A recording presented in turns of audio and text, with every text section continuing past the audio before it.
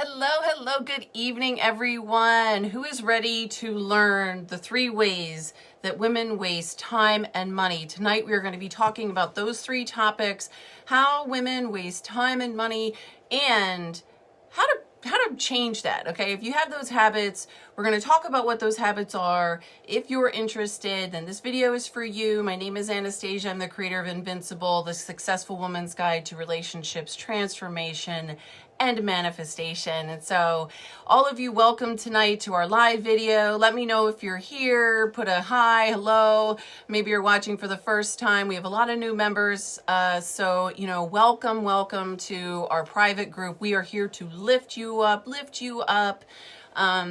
There is so much. We're going to do our basically our training with the 3 topics of how women waste time and money. And then I have the blueprint. So if you want to have the blueprint of the things that I'm talking about tonight, you can just put your name in the comments and say, yes, I want that blueprint.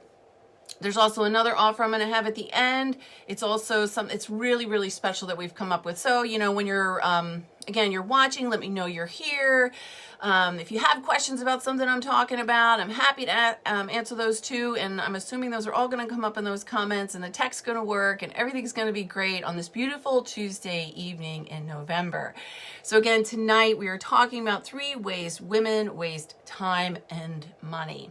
So if anybody's watching, again, if you're here in the live video or on the replay, think about it. What are the things, like what comes to your mind at first? A lot of women, depending on your awareness, right? You might have different habits that you don't realize are wasting your time and money. I have a lot of clients who talk to me about, I need to get this done. I have these goals. I want to set them. I want to get there. I want to get from here to there. And then things don't really happen. They don't pan out. So a lot of these things, people say, I don't have bad habits. I'm not a drug addict, or I don't drink, or I don't do these different things, but yet they have some bad habits, because how we use the things I'm going to talk about tonight are really imperative. So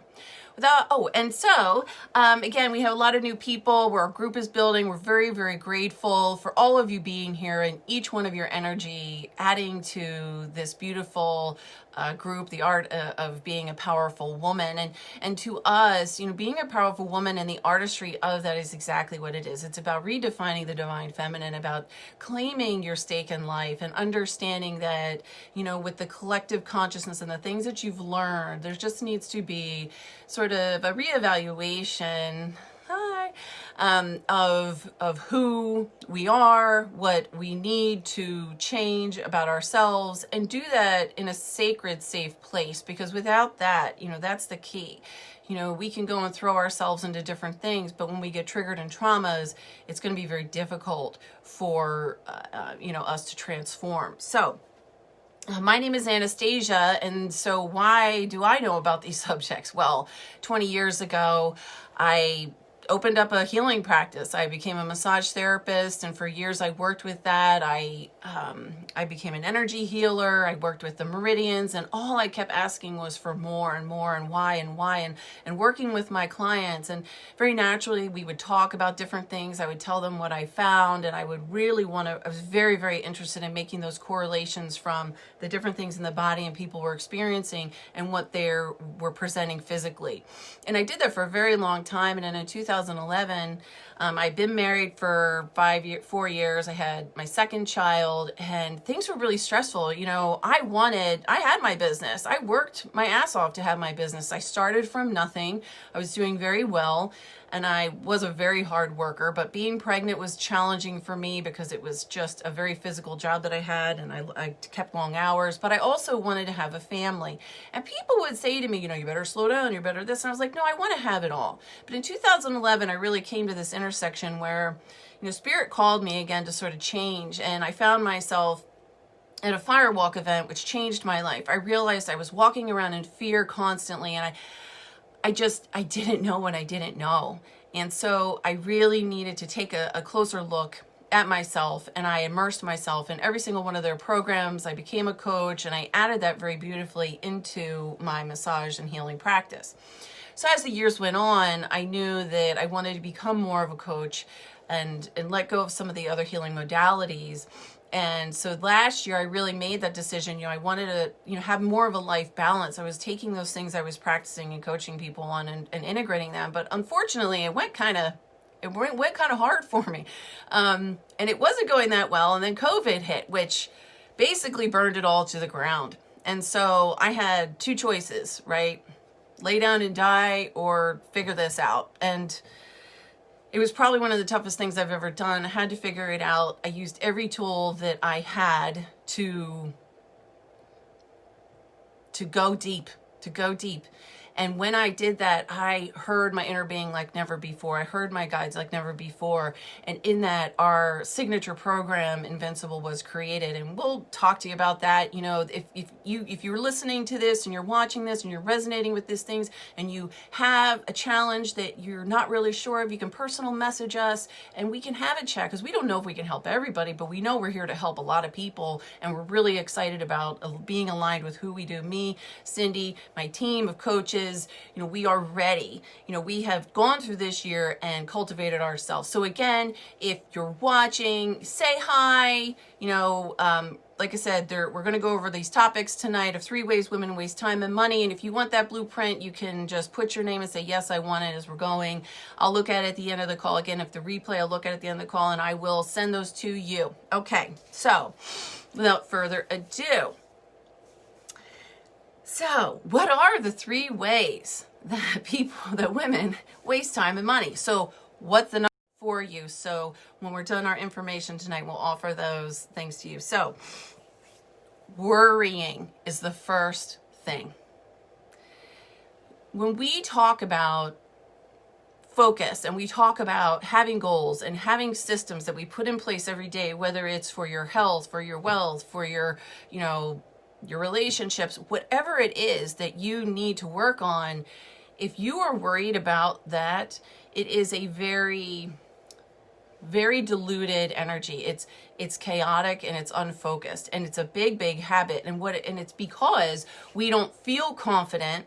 We don't feel successful at something because we're in it deep up to here. And so now we're asking ourselves, well, what do I do? And then you're like, oh, okay, I'll do that. And it's like, and people, when women worry, they speak a certain type of language, and it's like, well, I'm just worried about this, and it just comes off the tongue. And so after I'd explain this, I'm going to get into some ways that you can work with that for yourself. But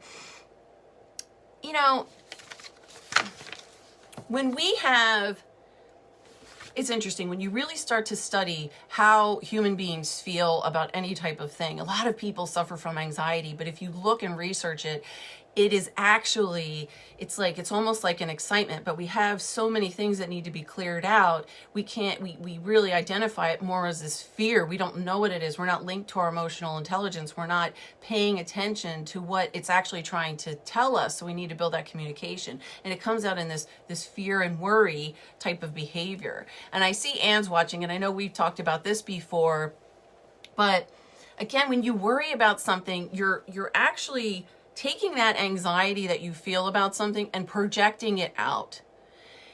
So here's the thing, and it's very natural, right? So again, I'm going to get into some things that you can do in a minute here, but it's natural to feel like that, but we need to identify that that's what we're feeling and pick a better choice of thinking or feeling about something. I remember when I was younger, and my mom, all she did was worry about us. And what she was really doing was spell casting a very negative projection of what she thought of us because of her own perspectives and experience. And it's funny because when you start to decide to heal and you want to hang around high vibration people and you want to, heal and vibrate higher with the relationships you have, and at the same time, decide what, how you're vibrating and why. And so when you think of something in a certain type of way, we call that spell casting. So if I'm worried and I say to my girlfriend, well, I'm really worried about my relationship, it's like, you really just want to stop yourself because it's just spell casting that negativity. Okay. So meanwhile, when you're doing that, it's not taking you anywhere. It's almost like you keep focusing on the problem. And when you focus on the problem, you're not going to get the solution. Because when something's created, when contrast is created in our life experience, the problem and the solution are created at the same time. But if I'm more focused on the problem, which is definitely what I would identify worrying with, then being finding the solution is nowhere close, and you're not going to be able to find it because you're really too habitualized in this other. Thank you, Alicia. Yes, it is the truth. But we just don't know that we're doing it, right? We don't know that we're doing it. So think about it. When you are not focused on the solutions, you're going to be what I've heard called by some swamis, like monkey mind. It's a monkey mind. Next thing you know, 5 hours go by and you're just still worried about it and you feel like shit. And that's how it is. So, and you don't know how to get out of it, and you just want to complain to somebody because, again, it's not a very high vibration activity. And so if you think that you're not, you're going to be wasting time because you're just going to be worrying all the time and spending your energy on that instead of what you can focus on, things that you can, let's say, control, for instance, right? So, and if you think that you're going to be wasting time, you think you're going to be focused on how to create, and I've wasted so much time. And how am I going to create money or wealth? If I'm worrying all the time, I'm probably going to be missing opportunities. I'm not going to be vibrating high so that I, get those opportunities. And in fact, I'm going to be so negative that it might, get me out of a place where I want to go for, more wealth or money or whatever it is. Additionally, you're not feeling peace, joy, abundance, or what we might even call alignment. When you're in alignment, those are the things you're going to find, those solutions. You're going to find that. Is anybody resonating with what I'm saying? Give me a hell yes. Give me a yes. Did you used to be a worrier? Have you were able to break through with these worry habits? Did you even realize that it was a habit? Give me a hi or a yes. How many times have you seen somebody worry themselves, into a disease state? Worry themselves silly. They have IBS. You got IBS, you got intestinal problems. Let me tell you, that's probably part of the case here. So, and I'll tell you about this in a minute, but so you're wasting time, you're wasting energy, and you're not feeling abundant. You're not going to draw in more money. In fact, you probably lose money. Trisha, my beautiful girl, hello. I miss you. So anyway, we've got quite a squirrel cage going on here with the worry monkey mind, right? So what are some things that you can do? And remember, I got this list here. If you want the blueprint, put that you want it in the comments and we'll send it on over to you, okay? So first of all, depending on your awareness, you might feel resistance when I talk about this. Well, I'm not a worrier. I don't know. I mean, sometimes when you coach somebody, they just have those armoring things up and they have those worrying habits because it gives them certainty. It gives them some kind of need that it fills. So think about it. This is where you are just saying, I want to know myself more. And you're going to come to the conclusion and just admit, there are times, or maybe all the time, where I worry. And just sort of admit it, right? In our Invincible program, all right, Alicia, I will, definitely. In our Invincible program, we start with that. We start with the I am, like this is the grid, this is what I'm working on. And you have to understand where you are so you can go from here to here, right? And it's the journey in the middle, and it can be a cluster, but here's the thing. You got to get in the game in a sense, right? So it's like, I can just admit, if you have armoring, sometimes it is very difficult to admit something because then you feel defeated. So I'm here to tell you that it's only out of an act of true self-love that we look at ourselves with unconditional love and say, I think I do worry a little much. Or, why am I worried about something? So the next thing is, you're admitting, write down on a piece of paper or your journal. Many of you guys have a journal. What is it that you worry about? What are the things that you worry about the most? Then write down what that practice of worry gives you. You got to really think about this. If you do meditation, you're going to have to take some time and say, what is it that gives me? Right? Is it a habit that I created? So if I just go into the habit, it's almost like, oh, it's just certainty. You know, you can choose anything people do that for, but this is definitely one of them. But what is it? You know, and if you could find that answer, and again, you know, this might be something you need help with, and that's okay too, but if you just do the exercise over and over, you might just surprise yourself what you find out. So then whatever it is that you come up with, and that's why I love meditative states, you know, aligning yourself first, because you're not trying to figure this out, ladies, with your head. This is where you're coming down and saying, oh my gosh, why am I worried so much? What's happening? And so when you come down in here and you write something down, you're like, wow. So whatever that is, you're going to write it down without judgment. And it just write it down, whatever it is. And again, I really love it because it's like, wow, I had no idea. And you could really pull in some really great ahas. So then I want you to take some time and meditate on each one of those. You want to let them really speak to you. It's almost like they're an entity in themselves. You have a relationship with each one of these things when you think about it. Yes, Cindy, fear of loss and uncertainty. Absolutely. Right? It's like, oh, no. I remember when I was younger, like if there was a conflict or something, I would just get up and I would start moving around, and I would say if I was at home and my mom was yelling at me, I would just start cleaning and doing weird shit. I was just like move around, and yes. And I think about it now, like, holy shit, it's amazing what we'll do just to adapt to the stress of things.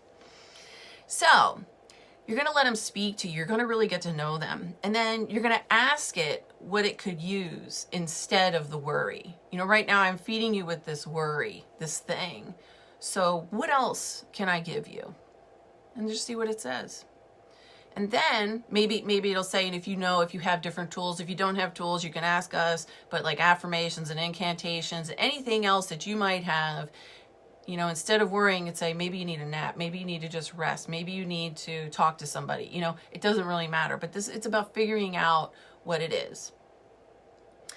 So then one of the things is when you find yourself worrying about something, and I gotta say, there's time, what it says here in the blueprint is, so, you know, when you become more aware, you tend to not have this habit like all the time, but when my traumas come up to be healed, ooh, those are things I'm like, ooh, I feel distressed. You know, I wouldn't call it worry, but it probably could be. So when those things come up, it's like you could really feed them, you know, oh no, this is happening again. Oh no, right? And so here's the deal. When it comes up, you just say, nope, and you just stop. You just stop doing it. And just pay attention to yourself for a minute. Then you can say, I need to replace this with something. What can I replace it with? And again, this would ultimately be a positive thing, like something where it's like, maybe I need to talk to a friend right now. There's a crisis going on. I've been pushing it down because I'm working too much, or whatever the case is. Everybody gets that? Say yes, you're getting what I'm saying. So those are 5 things that you can do, right? And then we're going to move on to the next topic. So what's the second way that women waste time and money? And that is self-doubt. So, you know, we second guess ourselves. And some people more so than others. You know, we have a lot of clients that they make decisions and then they come back and forth and this and that. And we see them go through, and we know what it's like because we go through it too at times, right? It's like, sure, that sounds like a great idea. Why wouldn't I do that? Right? And then maybe another friend, or, you know, the evil stepmother comes in and they whisper in your ear and they cast a spell on you and they say, oh, I heard that was terrible. You know, I don't know that you should try that. I don't think you should do that. Are you sure you really want to do that, Anastasia? You're really going to quit massage? Get the fuck out of my way. Just get out of my fucking way. But I'll tell you, it was crippling.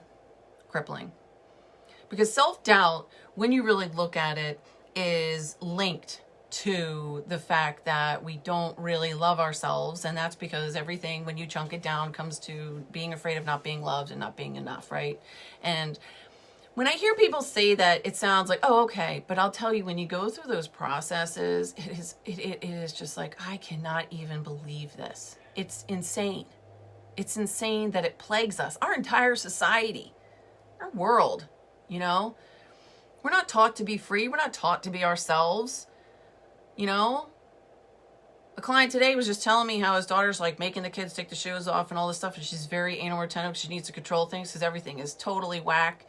And I'm like, yeah. And the kid's like, whatever, because he's like 2. And I'm like, well, he's still connected to who he is until she decides that her certainty is more valuable than his freedom, and then she's going to really F it up, right?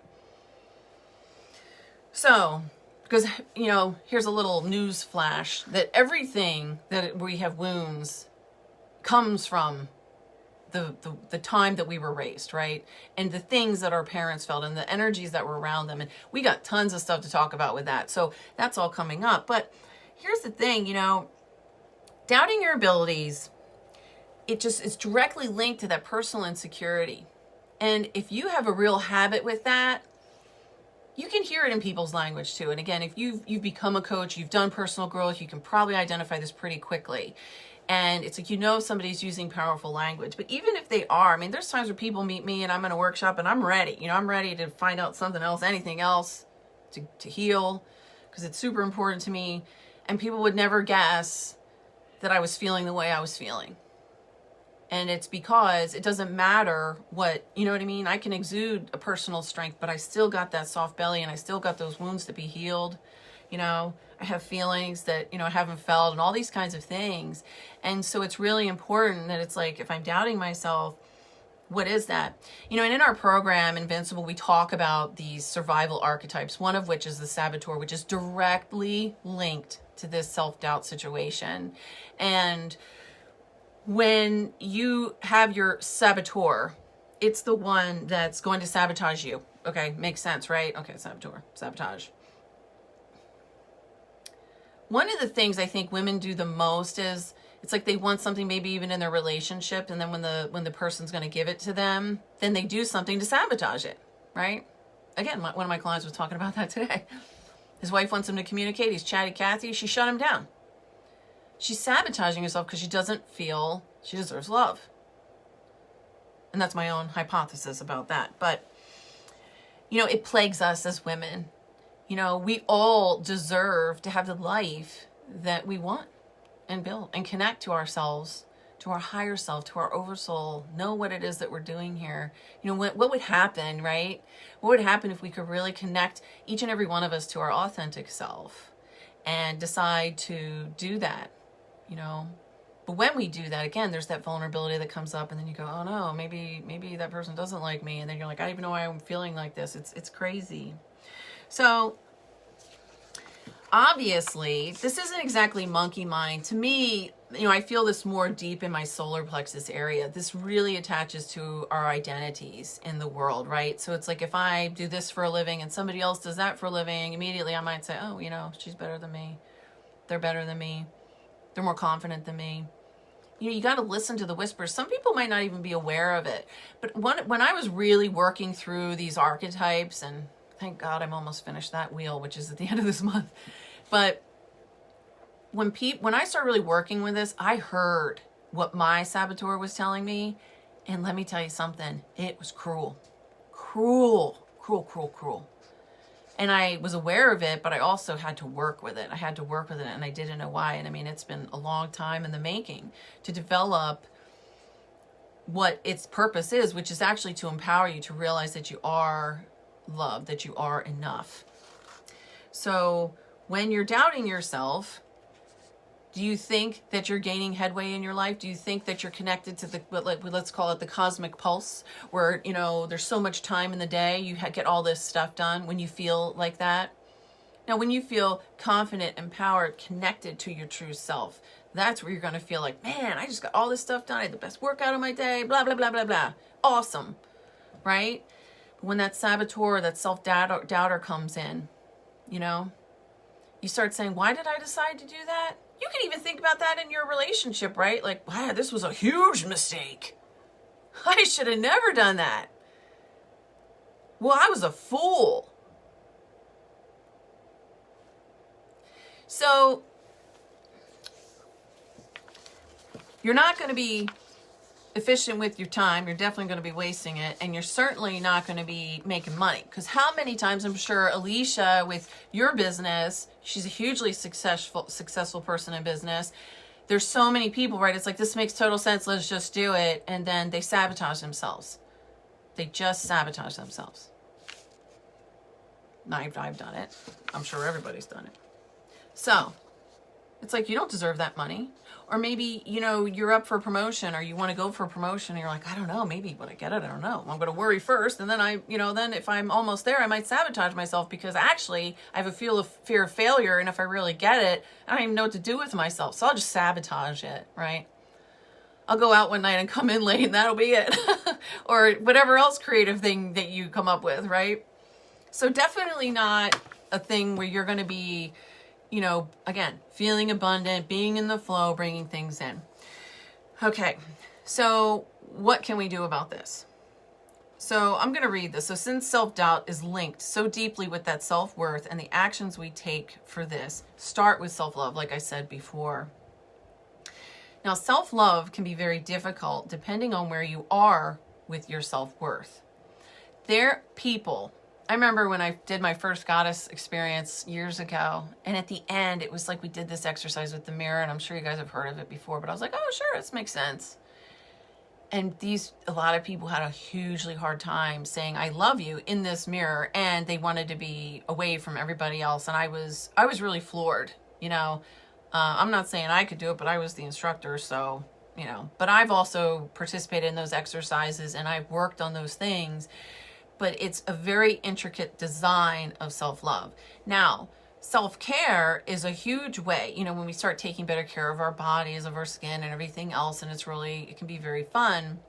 But at the same time, that's a really good start, but we really need to focus on love. So, and I don't think I wrote this down here, but one of the things that you can do is say to yourself, like, if you're going to do something and you feel like you're self-doubting, you say, what would somebody that loves themselves do? That question is a work of art in itself. You know, so say you're trying to eat healthier, you know, you really want that intention. Who doesn't? You know, who doesn't want to feel better, look better, for God's sake, right? And you go in there and you say, because all those decisions are made from not being good enough, right? It's like, I'm overweight, this sucks, I'm stressed out. That candy's my best friend right now. It loves me. And so, you know, you can say, well, what would somebody who really loves themselves? It can appreciate that, and maybe it have one piece, but it's not going to fill the void, right? But that's a question that you can ask. That's number one, okay? So here's the steps that you can do. So every day, or even several times a day, you're going to check in with your stress level, right? So say things are getting tight, right? Things are going to get tight, right? You think this year's been a little bit tight. And everybody's like, when the F is this shit going to be done? Because this is a little much. So, but then all you have to do is, instead of getting into the mix, you say, wait, okay, let me just check in. Let me check in. What am I feeling in my body? What am I feeling? Does this feel good? Where am I feeling stressed? Do I feel tight? Do I feel like I can breathe deeply? Like, what's going on? And then you want to ask how your heart, how it's feeling. How are you feeling? Are you okay in there? Because a lot of times we get so caught up in the mental activities of things that the heart gets bypassed, and we're making all these decisions like, yeah, I'm going to go and work, and yeah, I'm going to go do this for that person, even though I didn't want to. It was funny last night. Cindy and I were on a long call, and her husband's like, I got to go to Target, and I don't want to. And I was like, then don't do it. You know, I used to push myself to do stuff all the time. I was like, no, I'm just going to wait. Just going to wait. Because that's how you're going to stay in alignment. But you got to check in.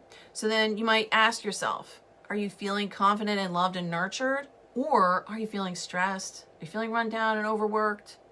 You want to check in for an honest answer from your whole being, right? And you want to just start this practice of talking to everything that you are.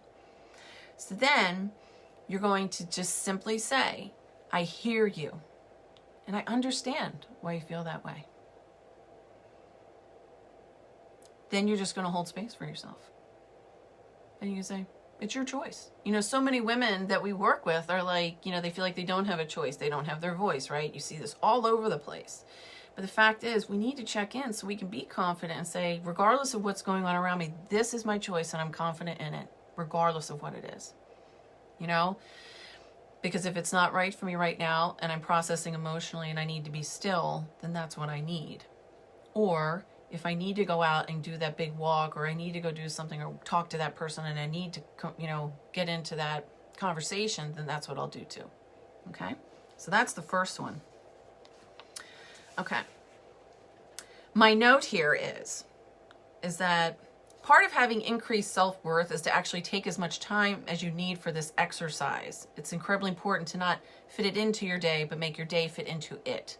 Okay? So the daily practice is like, this is really important. So it always reminds me of this story, when my kids were littler and I was taking them to school and I was running to work and it was always crazy and it was raining and the kids get out of the car and, Joey, he fell and he on his knees and he got his pants all wet. And he's like not okay with that at all.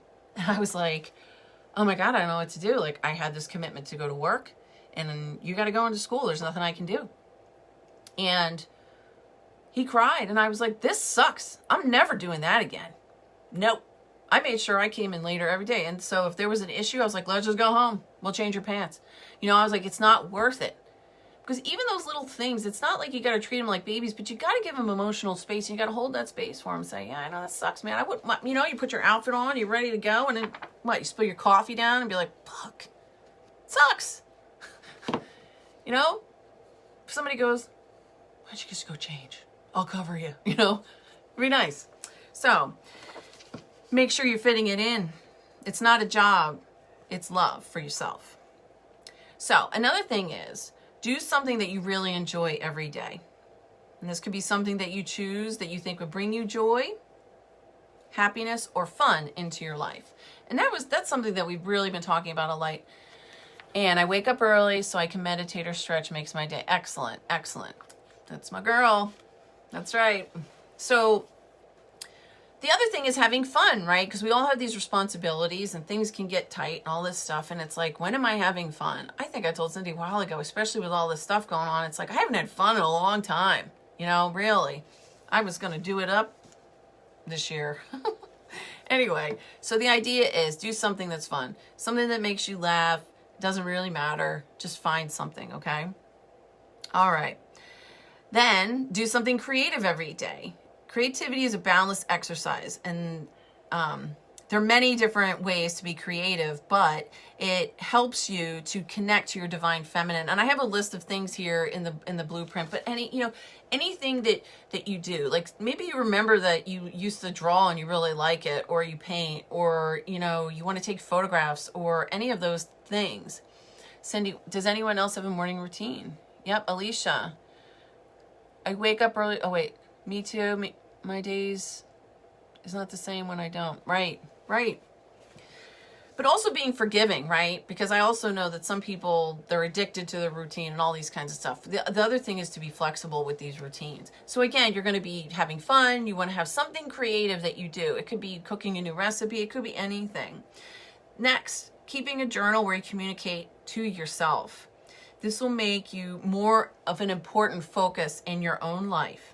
And Trisha, I know that you can write books and books and books of journals, but it's great. It's like, and sometimes people don't want to feel like, writing and stuff, but you can just do that almost internally. How you doing, right? You do the check-in, you're talking to yourself. And then if something really is on your heart, to journal it down gives it a way to come out.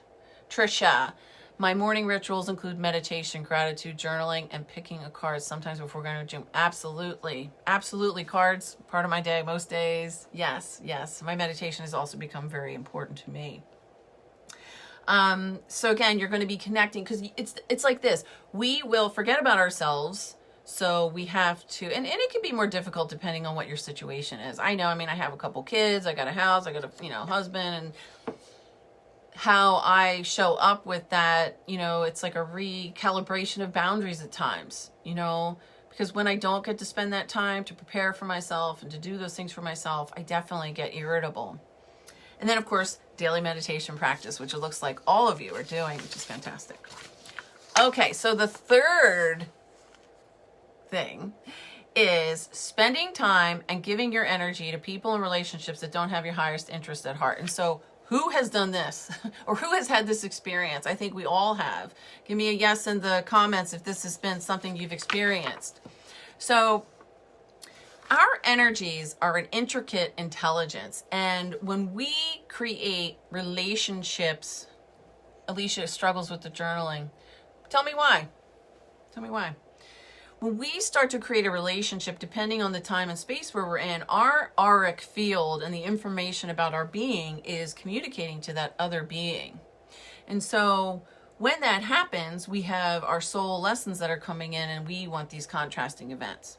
So they are going to reflect through the law of mirroring to us the things that we need to become aware of inside of ourselves. And a lot of things have to do with that self-love that I was talking about earlier.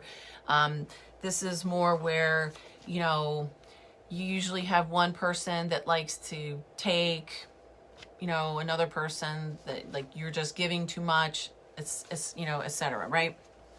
So it's important to know a couple different things. So our collective consciousness as women, we've been giving more of ourselves than we need to. And that's just something that we're evolving out of as the collective. So you've got to see, sometimes it's like, why am I feeling overwhelmed today? Or why am I, feeling these vibrations when usually I'm on point with knowing who I am with healthy boundaries? And the answer could simply be that you're connecting into the collective a little bit more, depending on what's happening in your life. This is where you become more aware of that vibration, how it hits and integrates or interacts with other individuals, okay?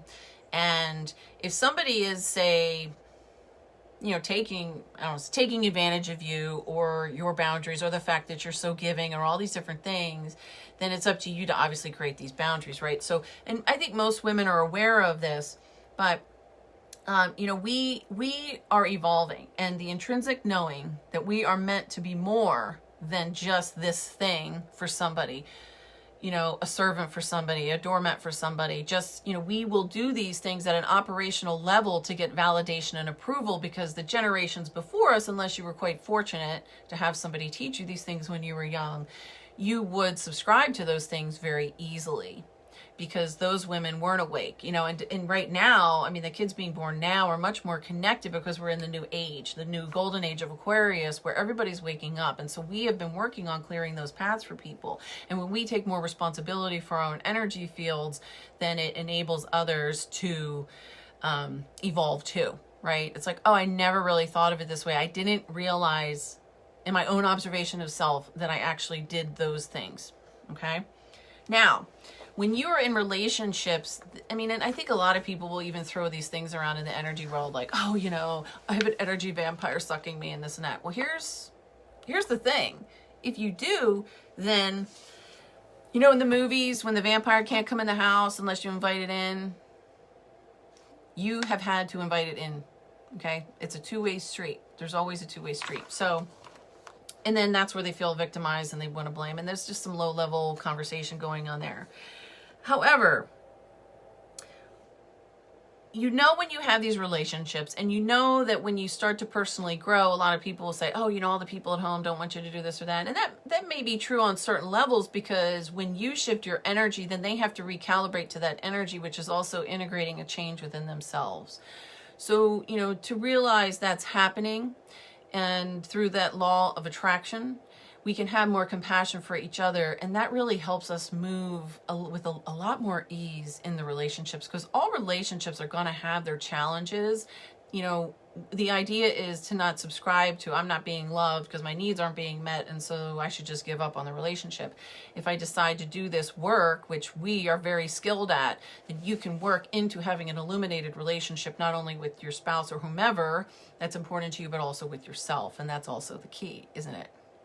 So anyway, so some of the symptoms for having, these negative type relationships that you're giving too much energy to, but you might not be aware of, or they're siphoning from you, or they're just sort of taking a little bit from you.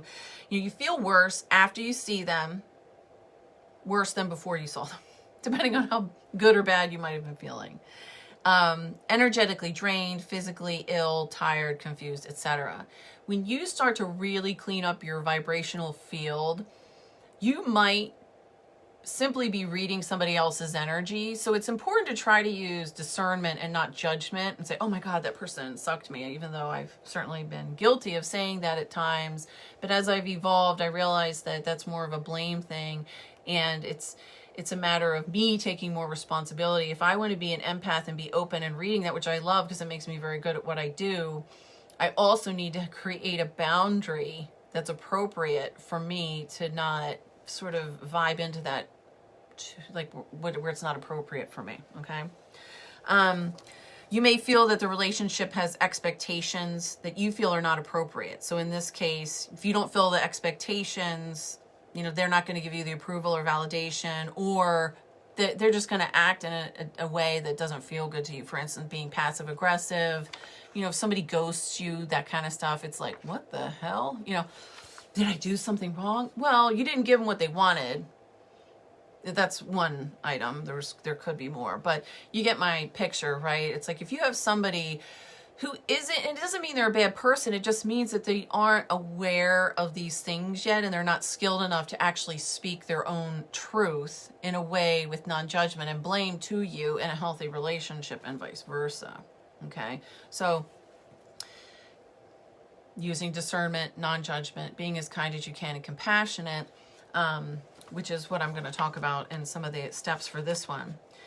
And then the last one here would be, you're going to spend more time reveling in the frustration of the relationship than actually enjoying it. Okay. Now, depending on who this is, right, you're going to know whether it's a family member, a lover, a work colleague, you're going to be able to use those counterparts to say, well, if this in fact is a relationship, like in a family member, like what are the things that I can actually set up to create a sacred space for me as I, respect myself without feeling like I need to push them away.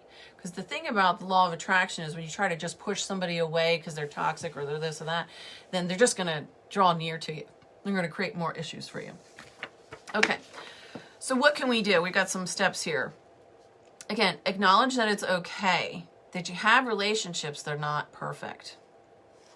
When we hold on to suffering, it prevents us from creating from a place of wholeness that will create more stress in that relationship than heal it. You'll want to have a state of acceptance for what is going on around you. So again, most people, they'll be in a situation and they feel very negative about it, and then they go into that grass is greener type of thing, and then they want for things and envy others for things because they don't have those things.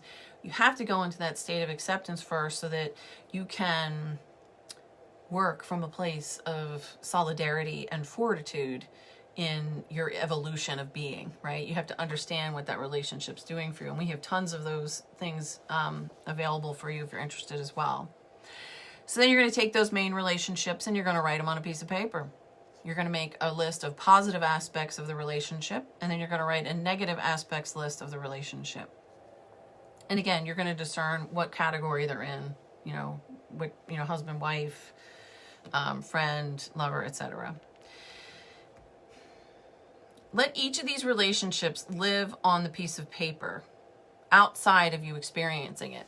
Because one of the best things that we could do is become the observer in our life. It's very common that somebody observing us can see more about ourselves than we can. That's why, when you get coaching and mentoring and all those types of things, it's an invaluable tool because they can use their field of energy to connect with you and understand and give you gateways of what may be going on that you just can't get to yet. And then teach you also how to be more skilled in doing that for yourself, which is my favorite thing. So they're going to live there. You're going to become this observer, and if you live alone and nobody's seeing them, because this would be something very, sacred to you, which would need boundaries and respect. Instead, somebody coming in, oh, I see you've got our relationship hanging here. You want to use some common sense with this. So you're going to let yourself become the observer. And then, so for 3, you're going to take as much time you need in this exercise 2, and then you're going to continue. So again, it's important to understand the law of mirroring. When we go into judgment or blame of another person in a relationship that we're in, it's making them wrong or negative, and it's also making you the victim. And it's very easy to be victimized. When you start to really get to know yourself, you're like, am I victimizing myself? Am I choosing love, or am I really choosing to be a victim? And victim is a survival archetype. This isn't to judge yourself, but it's to become more aware and say, if I keep doing this, then I'm going to create more of this. Okay? So who can relate to this? Feeling victimized in a relationship, somebody says something to you or makes you feel abandoned, any of those things. If you can relate to this, let me know. I know I can. And so the reason why it's important to know the law of mirroring is because those people are presenting you with a contrast that your soul chose. So it would be a very good idea to be able to identify what exactly these things are here to teach us. And when we use this exercise, it can really help us. Thanks, Cindy. Thanks, Anne. Yes, yes, yes. So, because it's like this. People, hey, Lexi, yay! She can, definitely. So, when we see that other person over there, and then we can say, I'm just going to cut it loose. The thing about it is, whatever you haven't healed or identified, you will recreate in another relationship, whether it's a romantic relationship or something else. It will come around and it will find you, and then you're just going to suffer even more. Then you're going to say, I guess I could have just stayed with that person and all the things I lost, because you didn't think about it, because when we feel a certain way and then we go into the collective. I mean, one time I saw this lady and she was like, I got a divorce and all this other stuff. And and everybody's getting on the bandwagon, and then they think about more, but they're all victimizing themselves. Even if you're being abused and stuff, it's like you've got to understand that the victim archetype inside of you has something very important for you to stand up for yourself, make a decision, but it doesn't necessarily mean you have to leave. Now, if you're in danger, of course, right, you need to get help from the appropriate people. But when you are in a relationship, you have the opportunity to create an illumination where the contracts, as we call them, the sacred contracts that we have through the contrast that we experience get fulfilled. And when that happens, we can look at that relationship or person and feel peace. Now, I know, like, personally in my marriage, I've gone through cycles of this. And there's times where it was like, oh, finally, we're in this time of like peace and connectivity. And then here comes another lesson. And so we've got quite a few lessons apparently to learn with one another, especially when we're growing and everything's being exacerbated. Knowing what you got to hold steady and understand. It's not just about committing to something. Because I've known people that have been married for like 40 years and they're like, I haven't had sex in 15 years and I don't really talk to them. And I'm like, well, that's not the solution. That's not a fulfilled, satisfied woman. We are sensual beings and we need certain things, but we've got to really get that relationship with ourselves straight first, because there is something that each one of our counterparts is showing to us. Okay? So understand that law so that you can look at these negative and positive aspects of the relationship, and suddenly you might feel more compassion.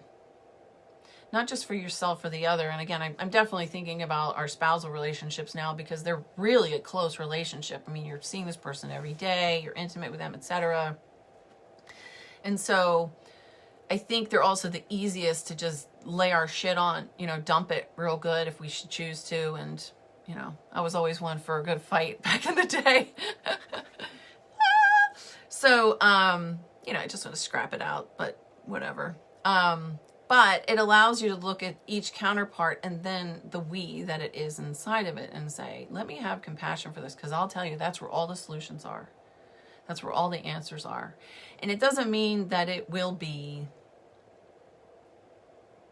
certain, because things will change and shift, right? It's like, oh, finally I've got to this place and it's just going to stay here. No, you're going to keep evolving, because life's going to keep going and the planets keep moving around and all that kind of stuff. But I'll tell you that when you illuminate that relationship, you have this deep regard for one another, and you realize that when you have a sacred contract, you have serious challenges with somebody, there's actually the deepest kind of soul love there. And it's only those of us that use our human ego that judge it and say we're foolish to think that, it's about being kind and human and compassionate in our relationships. So you're going to take that exercise and you're going to really work with that. And again, if it's your friends and stuff, because I have plenty of people that I coach where they have issues with friends because they don't have a spouse or anything right now. Like I said, those things will come. somebody at the grocery store will say some shit to you that you don't even know. I mean, it's insane. And it's kind of funny when you think about it in hindsight, but when it happens, you're like, I can't believe that bitch just said that to me, you know? Okay, I digress. So you're going to work with that. So where am I with this? So bring those particular things or experience. Okay, so with that in mind, you're going to take the negative aspects list and you're going to look at it. You're going to write down why you think those things are negative, okay? Because again, with the law of mirroring, they're reflecting something inside of you, okay? What is that person reflecting? I will give you an example. My husband is not really a soft and cuddly kind of guy. It's hard for him to share himself. And this year, there's been an extraordinary amount of extraordinary circumstances that I've endured. And because of the way that he works, he's not very, I feel, compassionate. And I mean, I was suffering with this. And there was parts of it I couldn't get. And then eventually I was like, where am I not compassionate? And it turns out I wasn't being compassionate with myself. I was judging the F out of myself, and it goes on and on. But I got clarity, okay? I got clarity. And now that those things are being reconciled inside of myself, I have the opportunity to invite a deeper appreciative love from him, because that soul lesson, obviously he's bringing it up to the top of my face constantly, and there's a reason for that, okay? I know it's hard, but again, if you think that you need help with any of these situations, you can always personal message us and see, you know, if our Invincible program can help you, because I don't know if it can help everybody. I think it's amazing, of course, but it's something where you find it where you are, it helps you work from here to there, get you to the other side of things, and plus we have something special coming up next. So, okay. Now, the last thing you're going to say, why is that negative? And you're looking at yourself and saying, oh, okay, do I judge myself for that being negative? Do I judge myself for having that negative trait? Do I judge that negative trait? And again, this is your relationship with that negative emotion. Because in our society, negative emotions are not accepted. So we need to accept our own negative emotions so that they can be felt and processed, so we can get the life we deserve, the health we deserve, the money we deserve, the intimacy we deserve, right? Okay, last thing, you're going to take the list where you were hard on yourself, and you're going to imagine a different possibility where you use love for yourself. And what would that look like instead? You're going to take as much time as you need on these exercises. Obviously, these are contemplative.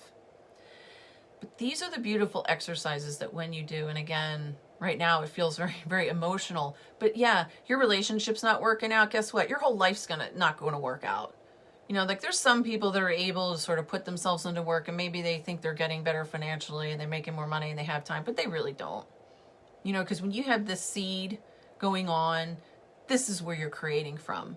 And if you think you've created anything that's successful on top of that, that's right, Cindy, deserved, not entitled.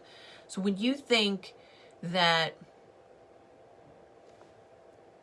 you've created something from this place where you're not loving yourself and you're letting people cross your boundaries and you have all this negative, toxic energy coming in and you're reacting to it constantly, you're building your house on the sand. And I just told Cindy last week I was writing a chapter and I was like, it's the house in the sand. You know, what are we really building our foundations on? I know I built my whole practice on a fear of loss. My marriage, I was like, great, I got married now. Now I'm so afraid I'm going to lose it. Lexi, why is it we can give other people more compassion than we can give ourselves? That is a self-worth and self-love issue.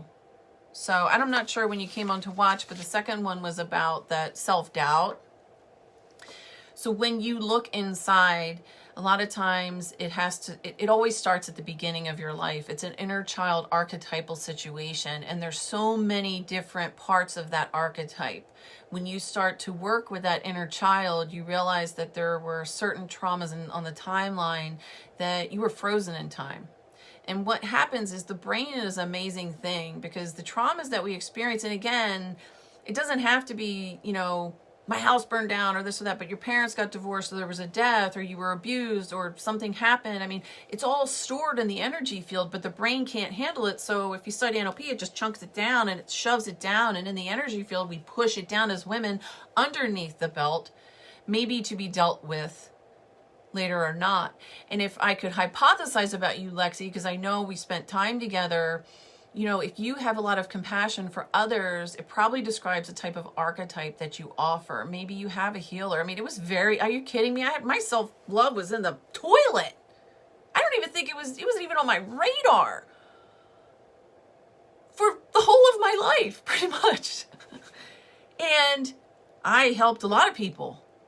I had so much compassion for them. Sometimes I would kick them in the butt, but I was able to meet them on a level that made me feel really good.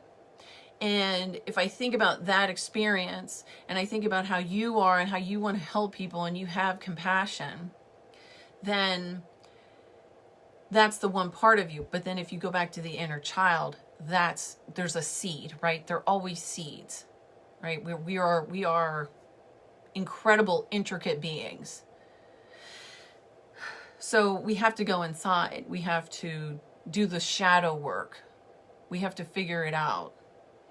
We have to create a strength where, you know, to me, it's not just about, you know, achievement. It can't be about that anymore. It has to be about the internal journey and then how it's presented outside of ourselves. You know, that love. You know, when you, at least for me, when I reconciled these things, I couldn't believe it. I couldn't believe it. Talk about the sobbing. You know, so again, I don't know where it comes from in each particular person. That's the work that each one of us needs to do. We connect with ourselves. We start to discover all these really intricate designs that we have, that we've called in. But again, and Cindy and Ann know this because of the archetypal study, you know, some people, they're not compassionate. They're not soft and fuzzy. They're not a healer. They're not a mediator. Do you know what I'm saying? Like, it's just not their thing. But through the evolution, like for instance, the other night, like, I mean, I do things all the time. And Saturday I was like, well, I want to share this with Joe because I had this huge revelation. And again, I was crying and all these things. And I was afraid to tell him. But I want to tell him because I want that kind of intimacy in my relationship. And there have been times where my openness, in my opinion, threatens him. And then he needs to shut me down. And it makes me feel even worse. Okay. So after that happened, and of course I've reconciled all these different things, I was like, I want to tell him. And I did it in a very conscious way. And he received the information. He listened. And then he actually hugged me, which was huge. It was huge. And so earlier in the talk, I was saying how, like, he just wasn't compassionate. You know, he doesn't want to hear about all these energy woohoo things. And I'm like, whatever, it is the answer. Combined with all this shit I know is the answer.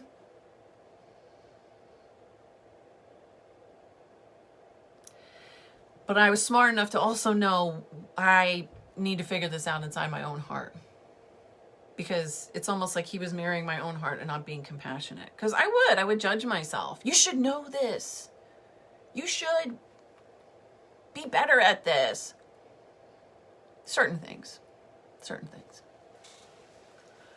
you can see the intricacies and the design that we are, especially as women, because the idea here is when we want to create the success in our relationships and be able to powerfully transform our lives in our own day. Take responsibility means, you know what, I need to take a break. Maybe I need to leave work. Maybe I need to do this. You know, making decisions that are for the best for you. Not from a place of a fuck you, but from a place of, I know that I'm important, and I know that if somebody else were to need this, I would do that for them. So again, it's the practice. It's the practice of, I got my goddess too back here. It's the practice of the divine feminine. It's not just about being a woman and being in the feminine energy and being a seductress and all this stuff, even though they're all parts of it. One of the things that is really cool about understanding the divine feminine energy is that each woman expresses it in her own different, beautiful way. And there are things that are very involved that's like, say, as a woman, like I might be very confident in certain ways I express divine feminine energy, but yet other ones, maybe like compassion for self or love for myself, nurturing, soft warmness. I mean, I've practiced forgiveness for quite a while, but see what I mean? Like that part of my divine feminine was waking up. Okay. And the artist is waking up, and all these different things are waking up, and the world is waking up. So there's all these really, really cool things. Okay. So you can see, because what we teach here in the art of being a powerful woman is that you have every right to have the life that you should choose to have. And if you have to watch the rest later, because I'm going to tell everybody about our thing. So you have to develop your confidence. You have to have your relationship with yourself, because everything in your life is a reflection of your relationship with yourself. And that's a very tip of the iceberg statement, but it's very true. Okay. So again, if you would like to have this blueprint, just put it in the comments and we will send it on over to you. You click on the email, we'll send the email to you with the blueprint inside of it. Okay. So now I get to tell you about a very exciting situation that we have. So how has 2020 been for you? Anybody stressed, challenged, feel a little worse for wear? There's been a lot of things going on this year that have affected a lot of different people in a lot of different ways. The reason why that is because 2020 is a catalyst year that is bringing up everybody's stuff so that it can be cleared. And you need to have a clear timeline in order to move forward, right? So it's like everybody goes through their years every year of their life. And maybe it's like at the new year, they want to have these new things, right? And then they find themselves discouraged and defeated because that's right. That's right, Lexi. So when you feel discouraged and defeated, that you're just not going to be able to, again, build that house on anything but sand. Okay? Definitely. I'll send you the blueprint. So one of the things with the end of the year and the holiday coming and all of this stuff coming, we have created something for you. And it is called the 2020 Renewal Virtual Retreat. And it is on a Sunday. It is next Sunday. There's 3 segments of it. If you want more information, we can send it to you. And we are offering this for free. You will have the opportunity to work with us in 3 different segments on that Sunday to work with and understand why healing on the timeline is important. Clear your timeline, heal it from this year so that you can start as fresh as physically possible. It'll help you go through the holidays with more grace and ease, and it'll help you to move forward. So if you are interested in joining us for the retreat, again, if you're here live or on the replay, let us know. Let us know that you're interested and we will send you the link. You'll have to sign up for the email, and then we'll put you into our different Facebook group where we are going to go live and do all of that there. If you can't participate live, please still sign up because you will have access to it all after that. Okay, so if you can only do one part of it or the next part of it, it doesn't really matter. You will have it, and we want to help you. We want to serve you. We want to be able to, help you renew yourself, help you clear this timeline and any of the stresses, because the stresses of this year are definitely linked to certain parts of your past. It's important to identify those. So in that day, the intention is to help you do just that and help you move forward with grace and ease and empowerment and abundance and a renewed interest. Okay, great, Lexi. Perfect. So we'll send you the link, and basically you're going to get on. We'll give you an email later, or actually we'll add you to the page. So what we're going to do is you sign up for the email. We'll add you to the page within 24 hours. And then you're going to start seeing Cindy and I in there talking about it. If you have any questions, ask. But all the videos are going to be in there. And we're really, really super excited. Okay. If you are connecting to your divine feminine and you want to share, and I mean, this is a sacred space that we're creating for women to come in and share and heal and do whatever they need to do to regain their focus. It's a really great opportunity, and we really hope that you're going to be there with us. So again, you have any time to sign up. It doesn't really matter, but let us know you're interested. If you know other people that might be interested, you can share this. Carrie couldn't be log on for Facebook Live, but I'm pretty sure she'd be interested in it too. I would really hope so. I'd love to see her. I know her birthday's coming up. And Trisha, the email went to Cindy, not me. I don't know. Well, I think we're dealing with that about Carrie's birthday. Okay, so we've got all this really cool stuff coming up. Definitely, you know, get on board with our retreat, invite your friends, you know, we're here to help. Again, if you have any issues that you want to talk to us one-on-one, if you're interested, and again, we have our beautiful Invincible program, the Successful Woman's Guide to Relationships, Transformation, and Manifestation. It's a 90-day program. It's a fantastic program. If you're interested in talking to us about that, you can personally message me right here again. Share this video if you'd like, if you think it would be helpful to anyone. And I think that is all for tonight. I hope you enjoyed it. If you did, say yes, you know, like and hearts and all that kind of stuff would be cool. I really appreciate it. And I appreciate you listening tonight. I hope you found this very valuable. And sign up for the retreat, and I will see you on Sunday. All right. I love you all, and may all your efforts be blessed. Okay. Have a good night.